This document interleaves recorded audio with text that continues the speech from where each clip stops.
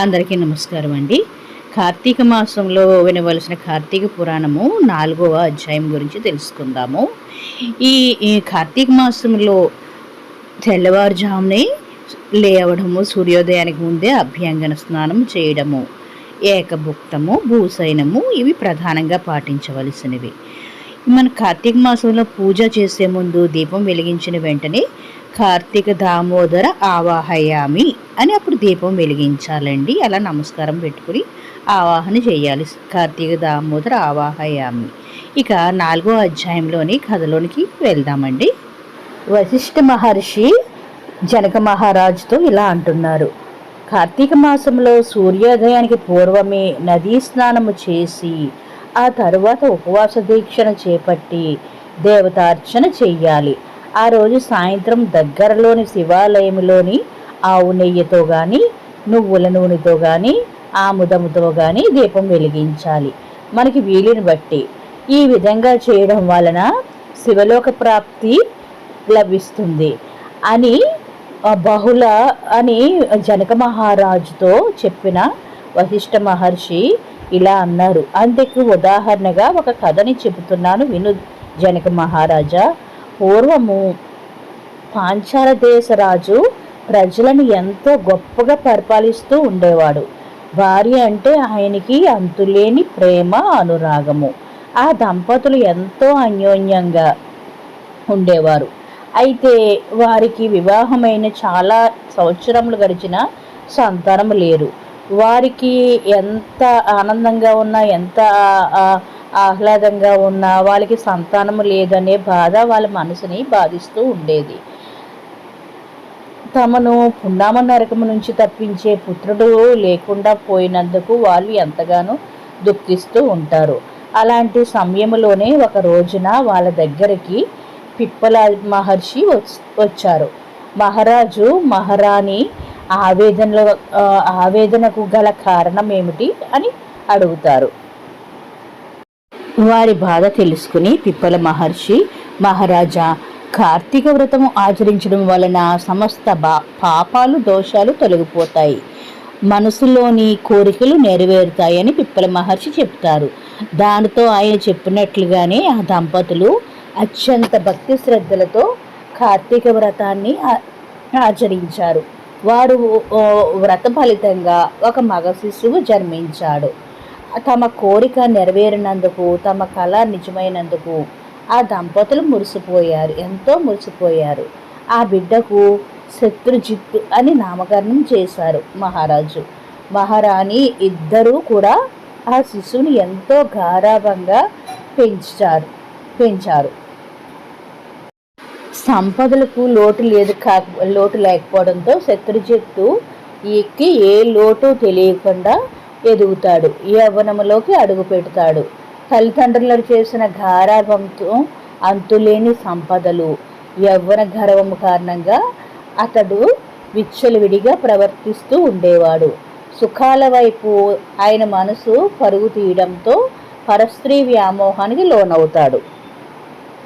శత్రుజిత్తు ప్రవర్తన భయాన్ని కలిగించేలా ఉండడం వలన ఆయనకు మంచి చెప్పే ప్రయత్నం చేసినా కూడా ఎవరూ చేయలేకపోతారు. ఎవరి మాట వినేవాడు కాదు, అతి గారాభంతో పెరగడం వలన. దాంతో ఆయన ఆగడాలకు అడ్డు లేకుండా చాలా దుర్మార్గంగా, చాలా విపరీతంగా ప్రవర్తిస్తూ ఉండేవాడు. తల్లిదండ్రులు అతను చేసేది తప్పు అని చెప్పడానికి కూడా వాళ్ళకి మనసు అంగీకరించేది కాదు. అలా శత్రుజిత్తు తాను ఏది అనుకున్నాడో అదే చేసేస్తూ ఉండేవాడు. తను ఎవరికీ సమాధానం చెప్పుకోవలసిన అవసరం లేదన్నట్టుగా వ్యవహరిస్తూ ఉండేవాడు. అలాంటి శత్రుజిత్తుకి కంట ఒక బ్రాహ్మణ స్త్రీ పడింది. ఆమె చాలా సౌందర్య రాశి. ఆమె రూపలావణ్యాలను చూసి యువరాజు ముగ్ధుడైపోయాడు. ఆమె అందచందాలు ఆయన కళ్ళ ముందు కదలాడుతూ ఉండేవి. ఎలాగైనా ఆమెను పొందాలని నిర్ణయించుకున్నాడు.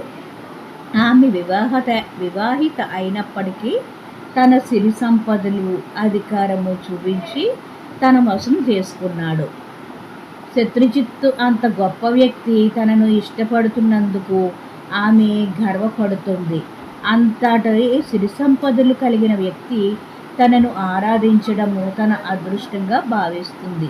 తన అందచందాలకు, అదృష్టానికి ఆమె మురిసిపోతుంది. రోజు రోజుకి ఆ శత్రుజిత్తుతో ఆమె అనుబంధం పెంచుకుంటుంది.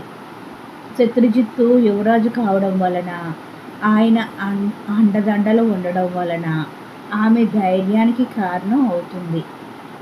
క్రమంగా ఆమెకు తన భర్త పట్ల ప్రేమ తగ్గుతూ యువరాజు పట్ల వ్యామోహాన్ని పెంచుకుంటూ పోతుంది. తన భార్యకు యువరాజుతో అక్రమ సంబంధం ఉందని తెలిసి ఆ నోట ఆ బ్రాహ్మణుడు తెలుసుకుని చాలా బాధపడతాడు. నిజంగా అది ఆయన్ని చాలా అమానుషంగా అనిపిస్తుంది. నలుగురిలోని తలెత్తుకోకపోతాడు. నిప్పు లేనిదే పొగ రాదు అని తెలిసినప్పటికీ తన కళ్ళతో చూసిన తర్వాతే ఒక నిర్ణయానికి రావాలని భావిస్తాడు. తన అనుమానము నిజమేనని తెలియడంతో ఆ ఇద్దరిని అంతమొందించాలని నిర్ణయానికి వస్తాడు. అందుకు తగు సమయం కోసము ఎదురు చూస్తూ ఉంటాడు ఆ యువకుడు, బ్రాహ్మణ యువకుడు, ఆ యువతి భర్త. ఒకరోజు కార్తీక పౌర్ణమి, పైగా సోమవారము. ఆ రాత్రికి ఊరికి దూరంగా ఉన్న శిథిలమైనటువంటి శివాలయంలో కలుసుకోవాలని శత్రుజిత్తు ఆమె నిర్ణయించుకుంటారు. తనను ఎవరూ చూడడం లేదని నిర్ధారణకు వచ్చిన తరువాత ఎవరి ఇళ్లలో నుంచి వారు బయలుదేరతారు. శిథిలమైన శివాలయం దగ్గరికి చేరుకుంటారు. ఇద్దరూ కలిసి లోపలికి అడుగు పెడతారు. శివాలయము చీకటిగా ఉంటుందని తెలుసు గనక యువరాజు తనతో పాటు ఆముదం తెస్తాడు. దీపం వెలిగించేందుకు ఇద్దరు ప్రమిద కోసం వెతుకుతారు. యువరాజు ఆమె కలిసి ఆ గుడిలోని గర్భాలయంలో ఉన్న పాత ప్రమిదను శుభ్రం చేసి అందులో ఆముదం పోస్తారు. ఆమె తన చీర చెంగు చివరిని చింపి నూనెలో తడిపి ఒత్తులుగా చేస్తుంది. దీపం వెలిగించి ఆ వెలుగులో ఒకరినొకరు చూసుకుని సంతోషంతో పొంగిపోతారు, ఆనందంలో మునిగిపోతారు. తన భార్య కదలికలను, యువరాజును ఒక కంట కనిపెడుతూ ఉన్న బ్రాహ్మణుడు ఆవేశంతో కత్తి తీసుకుని ఆ ప్రదేశానికి చేరుకుంటాడు. ఒక్కసారిగా వాళ్ళపై దాడి చేసి హతమారుస్తాడు. ఆ తరువాత తాను కూడా ఆత్మహత్య చేసుకుంటాడు. బ్రాహ్మణుడు ఈ కారణంగా ఆయన భార్య, యువరాజు ఇద్దరూ మరణిస్తారు. బ్రాహ్మణుడు కూడా అక్కడే ఆత్మహత్య చేసుకుంటాడు. వాళ్ళ ఆత్మ శరీరాలను వదిలేస్తాయి. అప్పుడు శివలోకం నుంచి శివభటులు, యమలోకం నుంచి యమభటులు వస్తారు.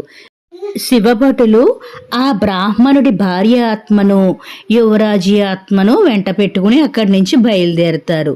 యమభటులు ఆ బ్రాహ్మణుడు ఆత్మను వెంట పెట్టుకుని అక్కడి నుంచి కదులుతారు. అది చూసిన ఆ బ్రాహ్మణుడు ఆశ్చర్యపోతాడు.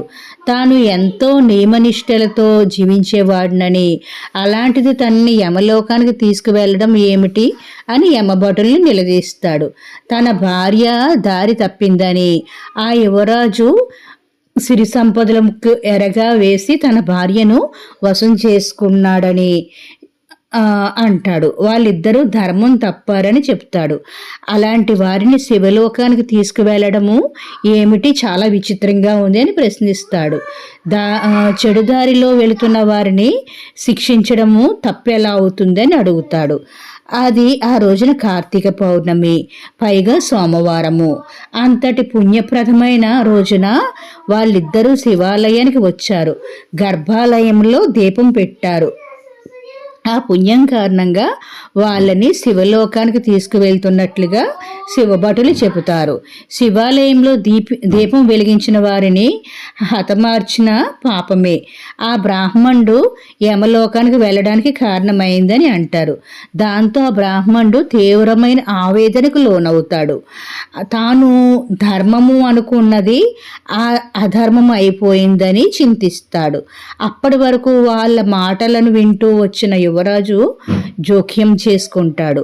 ఆ బ్రాహ్మణుడి ఉద్దేశము ఏదైనప్పటికీ మేము శివలోకానికి వెళ్ళే అర్హతను పొందడానికి కారణమయ్యాడు. అలాంటి ఆయన మా కళ్ళ ముందే నరకానికి వెళ్ళడం మాకు మరింత బాధ కలిగించే విషయము. అందువలన ఆయన్ని కూడా శివలోకానికి తీసుకువెళ్ళే మార్గం ఏమైనా ఉంటే చెప్పండి అని యమభటుల్ని కోరతాడు. అప్పుడు శివభటులు ఆలోచన చేసి ఒక మాట చెప్తారు.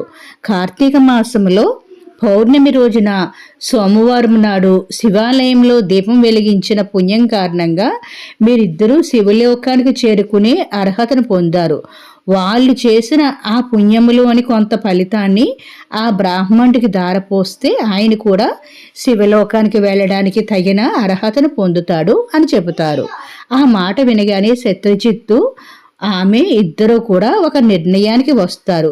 శివాలయంలో ప్రమిదలో నూనె పోసిన పుణ్యము తాను, చీర చెంగు చింపి ఒత్తును చేసి వెలిగించిన పుణ్యము ఆమె తీసుకుంటామని, ఆ దీపం వెలిగించిన పుణ్యము ఆ బ్రాహ్మణుడికి దారపోస్తామని యువరాజు అంటాడు. ఆయన చెప్పినది సరిగానే ఉందని శివభటులకి అనిపిస్తుంది. దాంతో అందుకు వాళ్ళు అంగీకరిస్తారు. అప్పుడు యువరాజు ఆమె ఇద్దరూ కలిసి దీపం వెలిగించిన పుణ్యాన్ని ఆయనకు ధారపోస్తారు. అప్పుడు యమభటులు ఆ బ్రాహ్మణుణ్ణి శివభటులకు అప్పగించి వెళ్ళిపోతారు. అలా ముగ్గురు కూడా శివలోకానికి చేరుకుంటారు.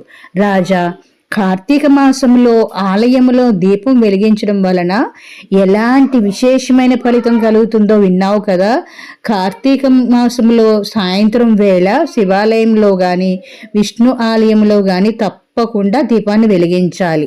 అలా దీపారాధన చేయడం వలన కలిగే పుణ్యము సమస్త పాపరాశిని భస్మం చేస్తుంది, పుణ్యరాశిని పెంచేసి ఉత్తమ లోకాలకు మార్గాన్ని చూపుతుంది. అందువలన కార్తీక మాసంలో గుడిలో దీపం వెలిగించడము మర్చిపోవద్దని సెలవిస్తాడు మహర్షి జనక మహారాజుతో. ఇదండి కార్తీక మాస మహత్యంలోని 4వ రోజు అధ్యాయము సంపూర్ణమయ్యింది. మీకు నచ్చితే ప్లీజ్ లైక్, సబ్స్క్రైబ్. హర హర మహాదేవ అని కామెంట్ చేయండి. Thank you for watching.